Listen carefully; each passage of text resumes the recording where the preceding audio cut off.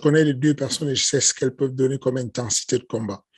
Je pense que euh,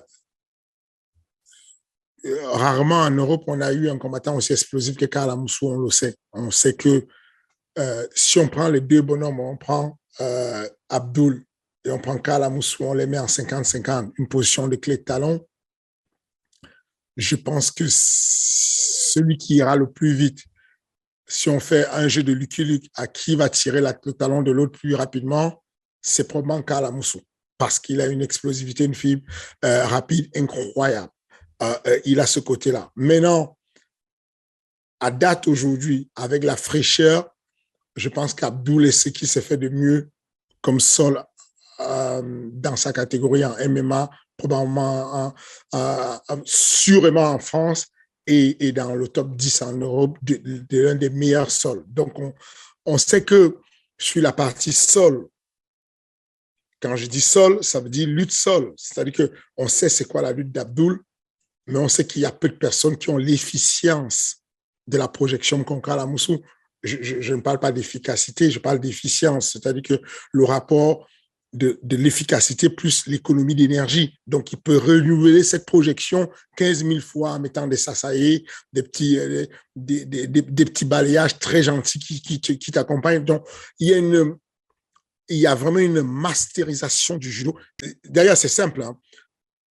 À part Caro Parisienne, je ne sais pas s'il y a certains qui s'en souviennent à l'époque, et Ronda Rousey, je ne suis pas sûr qu'il y ait un autre judoka qui ait transposé et masterisé le judo dans les sports de combat comme Karl Amoussou.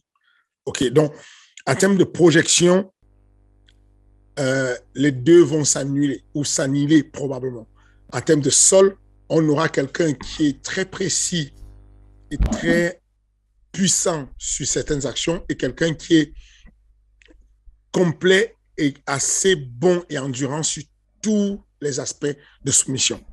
Et on aura cette fraîcheur de celui qui est en pleine bourre et cette renaissance de quelqu'un qui a connu des moments difficiles et qui est en train de renaître tel un phénix.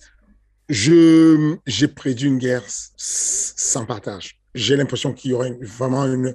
Enfin, c'est pas le moment de parler de guerre en ce moment, c'est pas le bon mot, mais j'ai prédit vraiment un combat à couteau tiré. Un combat où on aura tout ce qui est possible. Parce que, encore une fois de plus, on sait ce que... on sait les progressions qu'a fait... Moi, en tout cas, je sais les progressions qu'a fait Abdulrahimov sur la partie boxe, Muay Thai pur. Et je sais, Karl Amoussou, quand il sort un A-game, qu'est-ce qu'il est capable de faire?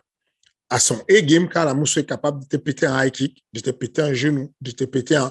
Enfin, tout est possible.